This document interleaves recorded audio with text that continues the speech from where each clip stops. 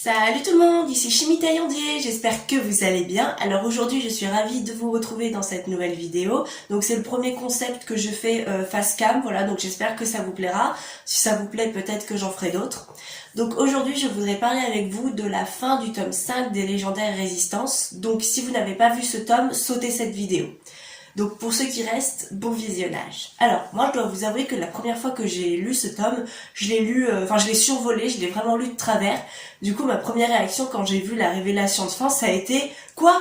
Ils ont fait revenir Darkel, c'est pas possible, alors qu'il est mort héroïquement à la fin du tome 23, mais c'est du gâchis de l'avoir fait revenir.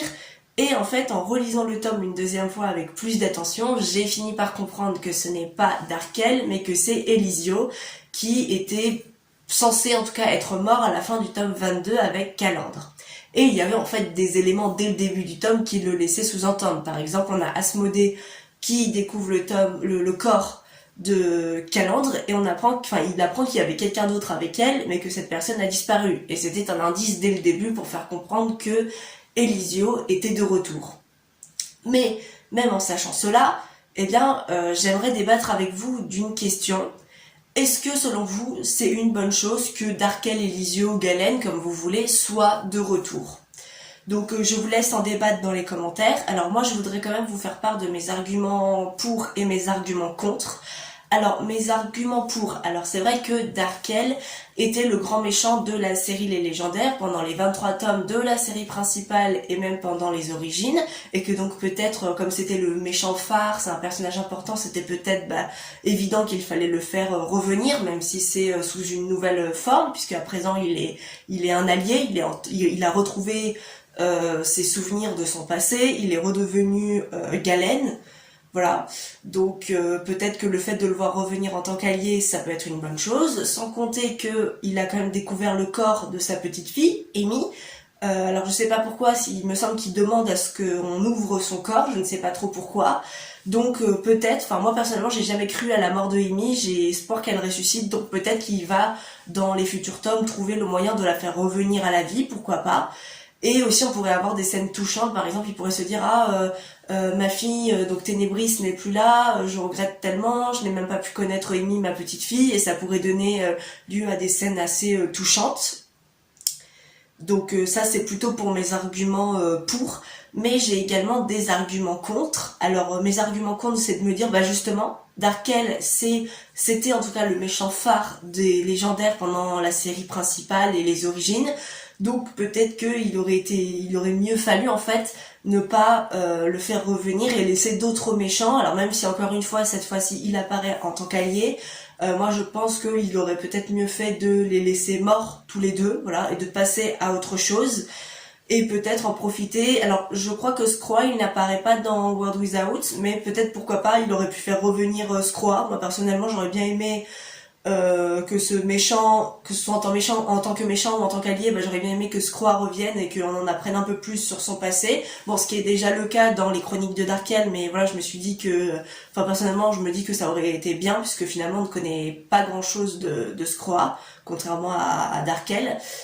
Et aussi, l'autre argument, c'est de me dire que en fait les générations ne sont plus vraiment respectées, parce que quand on le voit, donc c'est un nouveau look, il ne ressemble en rien au Darkel avant World Without, parce qu'à la base Darkel, n'oublions pas que c'est un sorcier qui a plus de 100 ans et qui a voulu être immortel en rajeunissant grâce à la pierre de Jevenia.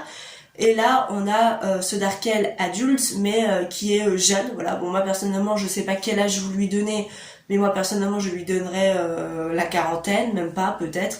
Et c'est ça le problème, c'est que du coup, il faut pas oublier que là, normalement, il est censé être grand-père et que donc du coup, ça gâche un peu les générations. D'ailleurs, j'ai d'autres exemples comme ça. Alors j'en ai un qui a un demi-exemple et un autre qui a un vrai exemple.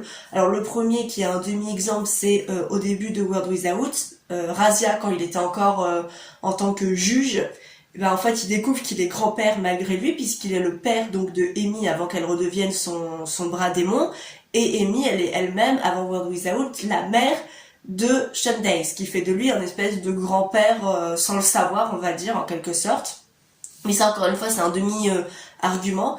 Et l'autre argument que j'ai, qui est un vrai argument cette fois, c'est justement le couple Toupie et Samael. Donc pour rappel, Samael avant World Without, il est quand même censé avoir, je dirais 20 ans de plus que Toupie, parce que quand elle naît, on la voit bébé dans le tome 2 consacré à 2 origines consacrées à Jadina, et on peut la voir donc brièvement dans les bras de sa mère, et à ce moment-là les légendaires sont déjà adolescents, donc et comme Samael a à peu près le même âge que Griff, bah là on peut supposer qu'ils ont quand même à peu près tous les deux une vingtaine d'années d'écart avec Toupie Samael, ouais, une vingtaine d'années d'écart. Et alors certes dans What Without au départ ils sont tous les deux membres des Fabuleux, voilà, Samael il revient en tant que jaguarien mais toujours enfant sous l'effet de l'accident Jovenia.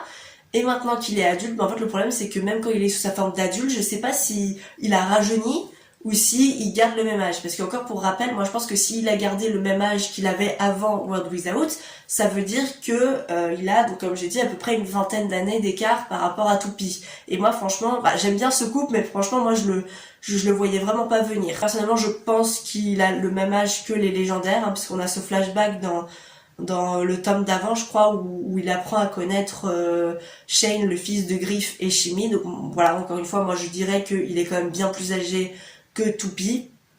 Voilà, dites-moi ce que vous en pensez dans les commentaires. Donc tout ça pour dire que je pense que le fait que Darkel, Elisio, Galen, comme vous voulez, appelez-le comme vous voulez, soit de retour, je pense que ça peut être bien, mais je pense peut-être que, il y a une autre part de moi qui pense que peut-être ce n'était pas nécessaire.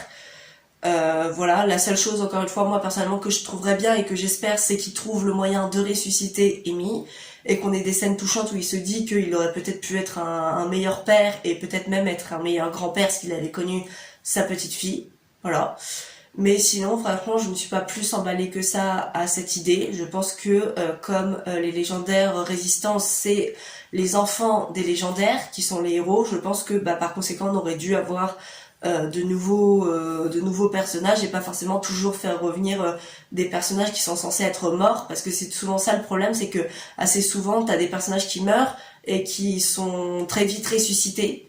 Donc au bout d'un moment, même quand un personnage meurt, dans les tomes là récents et même les tomes qui vont venir, à chaque fois qu'un personnage meurt, le problème c'est que ça ne me fait pas forcément grand chose, parce qu'à chaque fois je me dis il va peut-être ressusciter. Voilà. Alors je tiens à dire que j'adore les légendaires, hein, j'en suis toujours fan, je suis fan depuis que j'ai 11 ans et je le suis toujours aujourd'hui. Mais voilà, est-ce que selon vous c'est une bonne chose que Darkel, Elisio, Galen, comme vous voulez, soit de retour même en tant qu'alliés? Je vous laisse en débattre dans les commentaires. Voilà. Cette vidéo est terminée, donc j'espère qu'elle vous aura plu. Si c'est le cas, donc n'hésitez pas à vous abonner, à liker et encore une fois commentez, dites-moi ce que vous en pensez dans les commentaires. Pour ma part, je vous fais de gros bisous et je vous dis à bientôt.